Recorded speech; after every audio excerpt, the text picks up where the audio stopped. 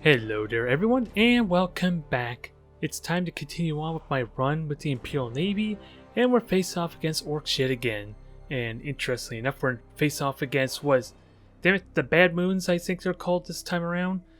And like I hinted at before, the Evil Suns tend to be the most prevalent, with the Novacans to help compound that. But with the Bad Moons, they have a very unique upgrade which I'm not entirely certain still how it functions, but from what I do know, it basically allows your accuracy of your flagship at least to assume its 4,500 unit range closer for purposes of how likely it is to hit. So a battleship with double mega cannons and locking on would have it still will retain its 50% accuracy is what I mean to say at max range, 9,000 unit range. Only thing I'm not certain of with the Bad Moons is, would that actually increase its accuracy the closer you get? Since it would be safe to assume it should get more accurate, but the way that the upgrade works kind of suggests otherwise, because the fall off from there on out should still be pretty similar, I want to think. I never honestly played with the upgrade to know, but it would. I wonder if there's any practicality to that with a double mega cannon battleship at least. It only would affect one ship, so it doesn't seem all that likely or that practical, but still a big deal. And I try yet again with the battleship being separated, although it's going to be a lot of the same strategy as what we've seen before with Orcs. I don't want to get close to them since I'm definitely strongest if I can keep them at arm's length. Start getting the critical hits and soften them up before they get in firing range. And although I don't think my opponent's really utilizing mega cannons, I know there's a battleship or two that at least had torpedoes in this fleet, so it's kind of reminiscent of maybe a newer player, which again, always happy to see, but it's going to make my life a lot easier. Hell, just seeing the Bad Moons portrait just gave me that comfort right off the bat, to know what to sort of expect, truth be told. And even though I try and send fighters to detect our fleet, it's been foiled just because I had to select the one damn ship that had to go in the gas cloud. So I'm not going to have the convenience of chipping them down with lances just yet, until the frigates get to spying them. Not like a whole lot's going to happen here. There's always this minute downtime after all, unless we're face off against Eldari, in which case they can recklessly charge across the map and attack me, even before a light cruiser or frigate can even capture the first objective. They are damn fearsome there, but thankfully, my fighters apparently don't care about the gas cloud. They lost their lock on the cruiser, but it didn't really matter. And of course, even with that all said, it's still going to matter for naught, is it? Because the battleships are going to still fly right into a damn gas cloud. Are they even going to get shot down? Actually, they're going to reveal these frigates as a bonus. So I at least have something I can shoot at, for what little it's worth. And we're getting close to the firing range to make use of it. Hell, do I even prepare to fire a Novacan right at this point? With the 200 shields, I'm gonna think not. Not at least until I get some shields down to at least fire on these frigates. We wait your command. And then I might worry about a Novacan shot. But otherwise, I'll take whatever free kills I can get. The Armageddons are getting close to firing range themselves, and my opponent's not recklessly charging me just yet. They do have the lots of thrusters, or was it the button there, to reduce the cooldown for the battleship's boosters, but they haven't chose to use it just yet. They are just relaxing their gas cloud while we kill off, what is it? Yeah, these are all onslaughts. Okay, I was wondering if they were brutes or not. So, not much else to really say. It's pretty traditional, and Orcs tend to be more of a slow-paced type of match, but once they get in close, it gets intense really damn quickly. Hell, even my Imperial Navy matches are a lot like that too, isn't it? But that's close-range battles in a nutshell, and now my opponent's getting serious. Thankfully, I have a stasis bomb for that. It's not going to help a whole lot since they're not really going to be traveling that fast without their boosters, but it gives me more breathing room, more time to chip them down, and hopefully it'll give us something we can work with. Sadly, no Novacan shot just yet, though.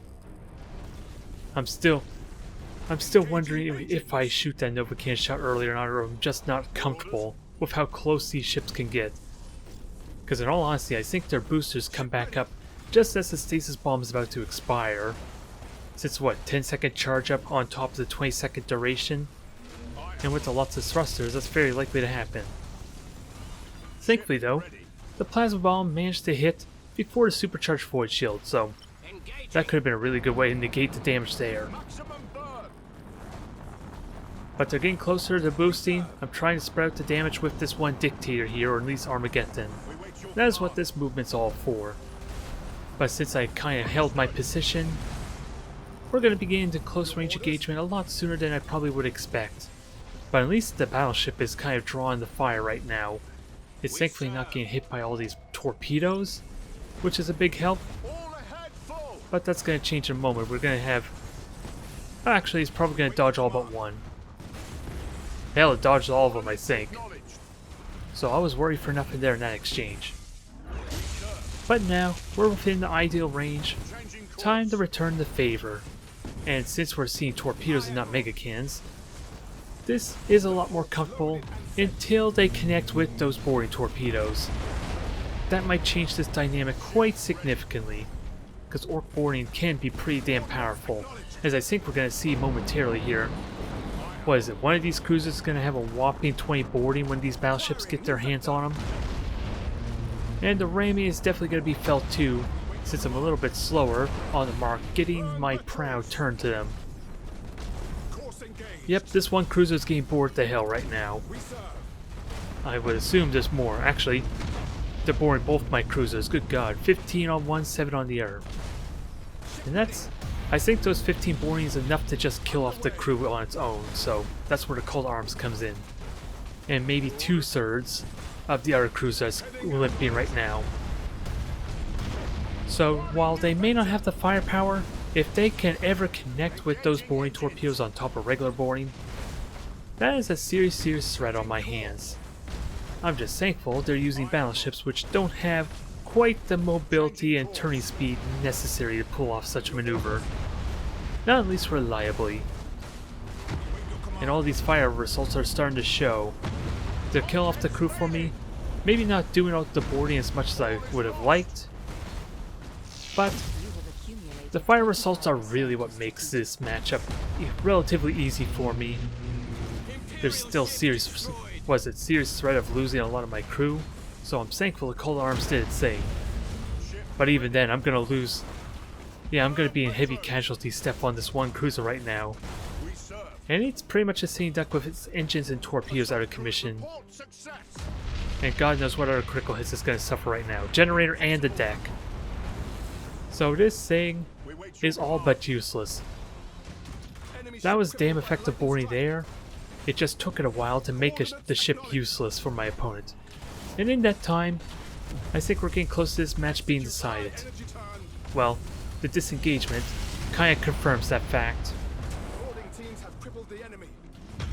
It just took too long, and the melted torpedoes did what they needed. And hell, the critical hits on the deck has been really damn effective too.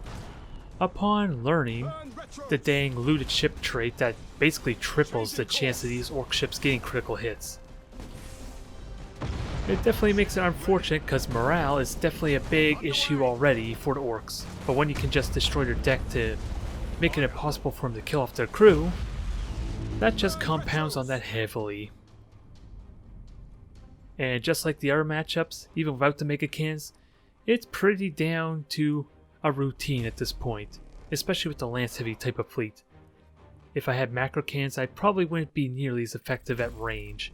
It might have to get a little more aggressive sooner. Okay, match number 2 against Siege Chaos, and this is going to be the triple despoiler type of fleet at that. So we're going to deal with a heavy amount of bombers, it seems like, and I dare to try and spread up my battleship again, and we're going to find out if that's a good idea or not.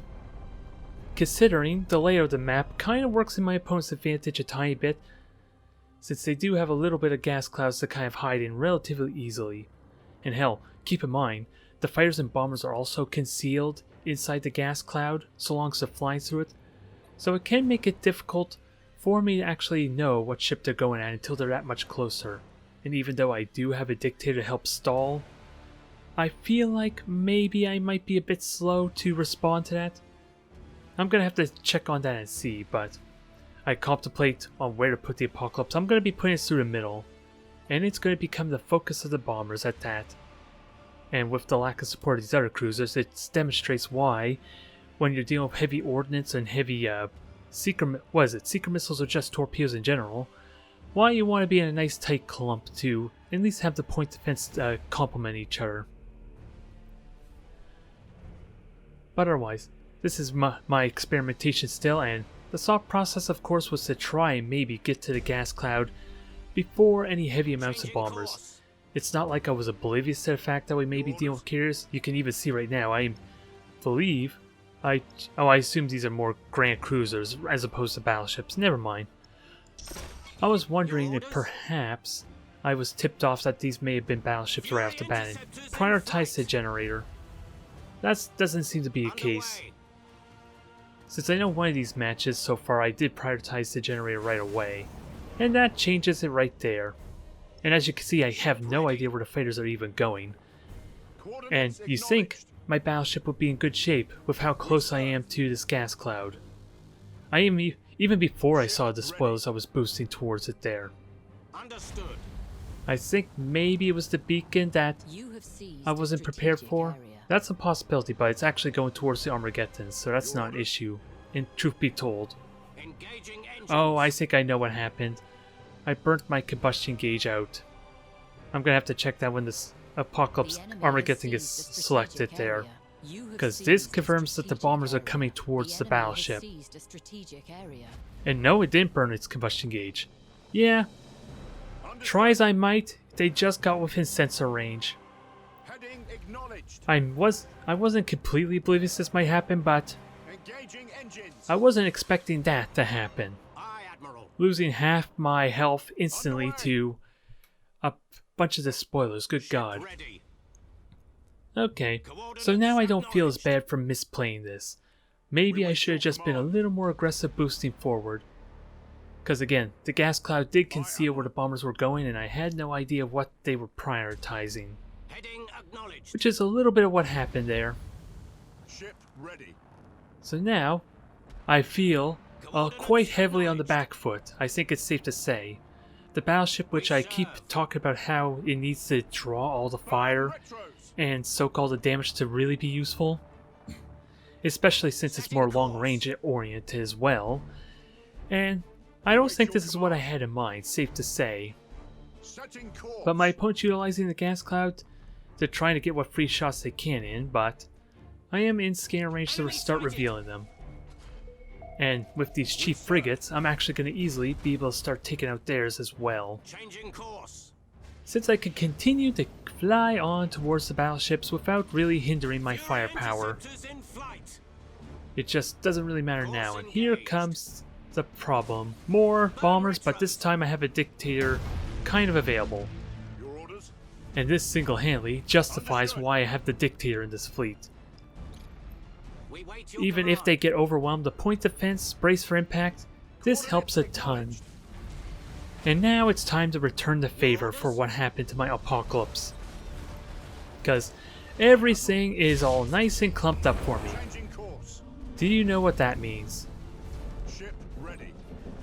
Already, even though they did a ridiculous amount of damage to my battleship, we practically took out their battleship in almost 20 seconds, 30 seconds there. Just watch how quickly this thing is melting right now. Already I can tell you we're in for a bit of a ridiculous match, with bombers nearly killing my Apocalypse right off the bat, and a battleship getting destroyed pretty much in record time to just torpedoes. Although these bombers are thankfully being heavily neutered. This dictator is hands down the MVP. It's just a shame I did not have the foresight to launch those fighters on my Apocalypse sooner, to at least make this look a lot more promising for me. But mutiny on the battleship, it's pinned down, it doesn't quite have the mobility to get out, and a Nova Cannon to complement on the other battleship. So safe to say what was really damn grim is now snowballing in my advantage. This has been a roller coaster of a game for me. Because in truth, I was worried right off the bat that this would be an embarrassment of a loss, with how that started off. I was not for the life of me expecting this. Although, when your opponent charges towards you, even at an angle, that definitely helps a lot. Now it's just a matter of cleaning up the mess and then going after the one...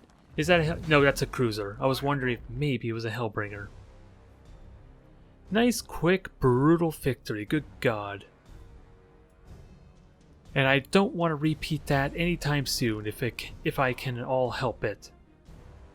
Because that justifies the power that is the carrier-heavy type of fleets. Good God. It's just a shame that the spoilers can be so easy to pin down with their lack of turning speed. Okay, match number 3, and we're mixing up by face-off against Adeptus Mechanicus. Although, my opponent's not going all Novacans this time around. We're going to be dealing with a lot of Defiances, I think. And an Adeptus was... No, not Adeptus, Arch Mechanicus for the flagship. It's going to be an odd type of match, but they have a lot of fighter bays, so they can potentially overwhelm my Dictator. But I don't think they quite have the longevity just because of the 2 charges that those Defiances have. Although, I'm still pretty damn confident in my ability to dodge the Novacans and Eye of the Omnisign, just because the summary execution helps a ton with that.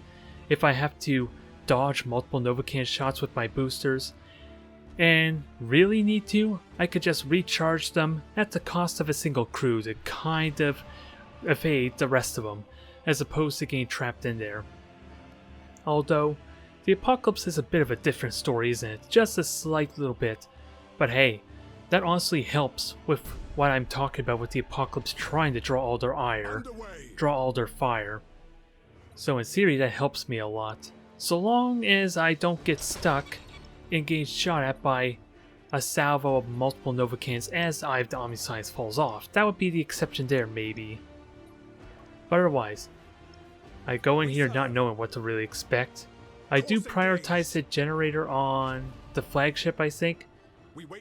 And not really sure what to expect with the ships in front. I know they're all cruisers of some sort, since we kind of have that indication for whether they're frigates or not. Or even in specific cases, crude war spears and orc rocks. But that is neither here nor there. This is Adeptus Mechanicus that we're dealing with. So I'm going to continue with spraying out, or at least having the battleship in the middle. And I feel like it definitely does help a little bit with it's at least not falling behind. It's just tricky to support because now the Defiances are realized. And I do believe I get the Dictator to launch fighters, I think a little bit late. No, I'm just watching for when I actually get the Dictator to fire, or at least support this Apocalypse with fighters. But again, this is a situation we've all seen before, isn't it? I'm right next to this damn gas cloud, so in theory I should be able to conceal this thing in time, right? Oh yeah, this is where I was mistaken for the last match. I did burn up all my combustion gauge. Where I saw it was the Chaos match from before. Nope, this was the match here. And that denies me from at least being harassed by fighters. Thank God they're only fighters though. They wouldn't be as dangerous as like 15 bombers of course, but still. That's what, 6 fighter bays? 12 bombers is almost as bad. I just may be able to realistically kill off one squadron though, before they hit me with their bombers. But the damage potential would be almost the same. It's not this Apocalypse Day, is it now? Because it's losing what? A turret a second almost? So it's going to be a sitting duck, even with the repairs regenerating 3-point defense every time. It's not going to be able to fend off any bombers anytime soon. But we see Adeptus Mechanicus, or Arch Mechanicus.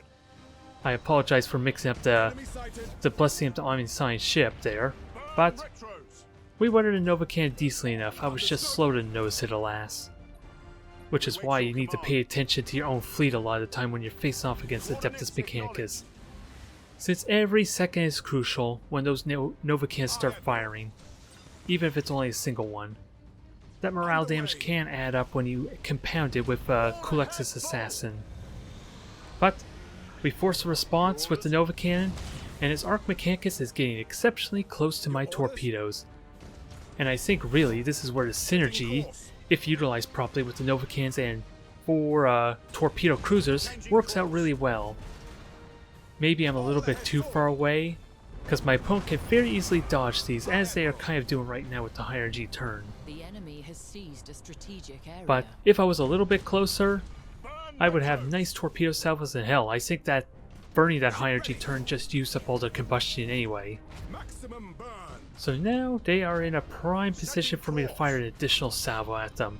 I just gotta actually start making my move towards the dang battleship as the catch. And fighters are being recalled for arguably the bomber wave that's to come on this poor apocalypse. It has no point defense to its name, and I'm not gonna waste the emergency repair just to get 3-point defense back. But you know what I am gonna do? I'm going to enjoy lobbing a bunch of torpedoes on this thing. And it looks like its combustion gauge has been completely spent too. So you know what that means. It may seem like a waste of resources, but now that's kind of compounding a tiny bit. Although, what, we get only 1, maybe 2 torpedo hits in, but still. It looks like my opponent burnt their repairs to get their gauge back up. So now they're going to mutiny, they're going to lose a portion of their crew, and while my opponent is not utilizing bombers here, thankfully, that could be quite painful here. But since these are all Defiances, they don't really have any firepower to note. So now that I'm in point blank range even with Lances, with Armageddons, this is heavily my advantage just because of the torpedoes and firepower I have to bring. Really, it's the bombers these Defiants have going for them, and right now, they are almost quite literally doing no damage to me, especially with my shields still up. The fighters are being annoying, but since they're actually going after my cruisers and not the battleship that's kind of limping, they're mostly just annoyances right now and not much else. Hell, I'm still watching my shields, and the only one that lost its shields is the one getting hit by the Arc Mechanicus right now, in all honesty. Everything else is still in phenomenal shape. So, sadly, may not be the most impressive type of fleet, especially when I can see it coming, but ooh, look at that damage on the Arc Mechanicus. They tried to control it and try and dodge my torpedoes, but I think moral of the story for that poor battleship was it used its combustion gauge a little bit too much. And it was punished quite well, I want to argue. Now, let's clean up the rest of this mess. This is becoming a massacre quickly. You can see the work that this additional ramming, comboed with a good torpedo salvo, can do if your opponent is not paying attention or not fast enough to respond. And hell, all their engines are getting destroyed right now, so that makes it even worse for our poor light cruisers, since they're really easy to just cripple with the critical hits. Now it's just a matter of cleanup, safe to say. And if we can get a couple more rams to commemorate this victory, all the better. Because it's damn satisfying when you get those salt ramming hits in. It goes without saying. Although, I think I may be threatening to hit myself there, as you're going to see me do evasive maneuvers. I thankfully did not hit myself, and with the ram that was a beautiful 1-2 punch. Like I said, it feels satisfying when it works out properly, even when it almost became certain disaster for this one cruiser. Now, time to clean up this one final clean up this one final cruiser, and head on to our 4th match. And although I was kind of hoping those were dumbfire torpedoes, the melted torpedoes and everything else seal the deal as well. Maybe a pretty one-sided bout since there wasn't really a lot of firepower for me to worry about, but damn is it satisfying with Imperial Navy when you are ramming the hell out of the ships. It's not a thing you get very often, unless you're face off against orcs probably. Alright, it's time to face off against orcs again, and this is going to be a different treat for you. For Cursor here is going to be doing Blood Axes, and it's been forever since I actually played up against Cursor, I think. Last I remember they played the Evil Sons. At least that's the last time I remember. Maybe I'm wrong, but we're going to have the different treat, and of course trying to figure out where our opponent is, and of course due to the portrait that Carcer's utilizing, since that's the portrait you get for the reward, at least for the seasons, it's impossible to see this coming, so it's not like I can metagame or prepare for this situation. But once I realize it, there are a few things I do for this matchup at least. It's going to be tricky and maybe come down to a little bit of luck, but you'll understand my thought process here. And I know you commented on my YouTube videos there every now and then before Carcer, so we will see if the strategy is sound or not, since you were on the receiving end of this match. Otherwise, everything is as you would expect for a normal traditional orc fleet, and hell, I don't even think I've ever played up against another Blood Axe fleet, aside from when I'm playing orcs myself. At least that I can remember in recently, so this is definitely a nice treat for me. Otherwise, not much else to say here. A little bit the same as before, but with me not oblivious to the fact that Carcer might be, am I saying it right? Yeah, Carcer. For some reason I thought I was mispronouncing it. Now I lost my train of thought as a process, way to go me. But there's the reveal. There's no way there's a single ship just hiding in the top left corner of that gas cloud, so this tips me off to what exactly needs to be done. So frigates are going to recklessly boost on forward, and the reason that fighter squadron is way over on the right is this is what I plan to do. Remember with my Azuyani how I boomerang my fighters? I'm going to do the same thing but on the extreme level. I am boosting these cruisers over to the other side of the map, so that way when I boomerang them back, they go straight through in the diagonals through the middle, ideally covering a wide berth of where the Blood Axe fleet could be, or at least most likely I should be able to spot something doing this. I am just seriously considering at this point, as my combustion gauge burns out, using summary execution. I am seriously considering burning that right now, which is why I was hovering over it at that moment.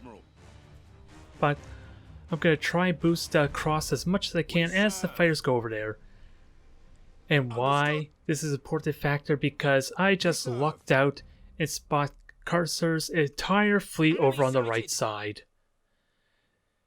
There was a reason why I launched my fighter over there, and it was not dumb luck. I just was seriously not expecting to reveal their entire cruiser fleet though.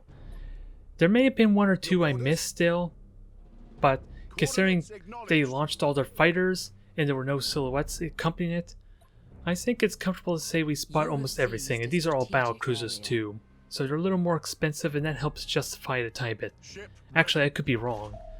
The cruisers, which have the mega cannons and 2 fighter bays, may actually be more expensive than the battle cruisers because they only have a single fighter bay to them. So I may be entirely wrong there, truth be told. But yeah, I apologize, Carcer, right now for that random detection, but at the very least that was the thought process. Because I was going to boost on by, the only thing maybe I could have done better was position my frigates a bit more, because you can see where those fighters are kind of cutting through now, to an extent. And if I had just gave it a little more time to have my cruisers go across, at least that would have gave me good vision through the middle. And hopefully I would not be caught by any surprises, or at least greatly minimize the risk of getting ambushed. But right now, I know where the cruisers are, so safe to say, we know what I'm trying to do here. Kill off the frigates with the scanner pulses, try and at least grab what points I can to at least make sure that the winning through the objective at least is less problematic for me. And you see me waving the mouse there, I saw some blips there briefly. I don't know if that was like the usual glitch that indicate where Carcer was, but I know they're over in that area anyway, since they use the Astra Belt to kind of conceal themselves. So I don't know if that was an accurate representation or not. Probably not, since right now the objective's being taken. And I don't think those cruisers were close enough to actually get that point yet. So it may have been a fake, if it was a bug of some kind, it probably was a fake decoy. Or a fake blip in a weird visual sense. And those fighters kind of those fighters with them launching kind of confirms that to an extent. And when I watch them retreating, I get to follow them right to where the cruisers are. Course engaged. And since they're in the middle of nowhere, a scanner pulse is really damn useful in this circumstance. I just may have burnt my Kibashi gauge a little bit too much. Especially now that this one frigate's kind of doomed to die right now. It can't boost away. It is going to dodge some of the Mega Cannon shots with this turn that I do at the last second. But the tracked cannon... Hell, they didn't even board me. The tracked cannon alone is what kills that poor frigate. The other one does get away though. It's fast enough to at least avoid detection. So the plan here is just clean up what frigates I can, while I have the convenience of avoiding the cruisers themselves. And thankfully, with the 300% damage on the frigates, it is relatively short work trying to kill these things. Only one frigate took the hit head-on, I think, and still alive as a result of that. There's still, what, 2-3 onslaughts in the middle somewhere, I believe? So, we didn't quite get rid of all the frigates just yet. But, this is the best case situation for me, at least for engaging this Orc fleet. Unfortunately, this frigate was kind of left idle a little bit too long. If I had been a little bit faster, it could have saw run and evade vision of these fighters, but it's gonna get bored. It's gonna lose its crew as a result, I think. Now, we see the boosting. I'm not in a good position in Nova Cannon just yet, but hey, I don't really want to fire Nova Cannon on shields anyway. I just gotta turn the dang thing around since it's gonna take an eternity to do so. But at least it's shooting. That's all I can really ask for that dang apocalypse. Now, once again, I'm watching for what takes hits from the Latadaka.